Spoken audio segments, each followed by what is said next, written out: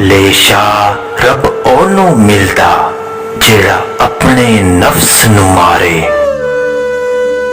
ਕੱਲਿਆਂ ਇਸ਼ਕ ਕਮਾਣਾ ਔਖਾ, ਪਿਆਰ ਪਿਆਰ ਤੇ ਹਰ ਕੋਈ ਬੋਲੇ, ਕਰਕੇ ਪਿਆਰ ਨਿਭਾਣਾ ਔਖਾ।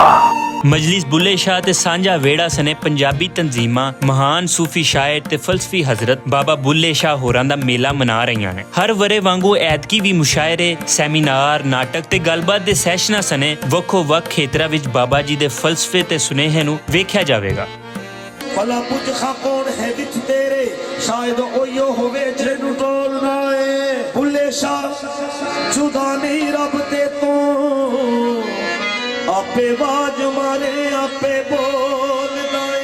ਸ਼ਹਿਰ ਕਸੂਰ ਵਿੱਚ ਹਰ ਸਾਲ ਇਹ ਮੇਲਾ ਮੁਹੱਬਤਾਂ ਦੇ ਦੀਵੇ ਬਾਲਦਾ ਹੈ। ਦੁਨੀਆ ਭਰ ਤੋਂ ਬਾਬਾ ਜੀ ਨੂੰ ਮੰਨਣ ਵਾਲੇ ਤੇ ਅਮਨ ਦੇ ਪ੍ਰਚਾਰਕ ਹਾਜ਼ਰੀ ਦਿੰਦੇ ਨੇ।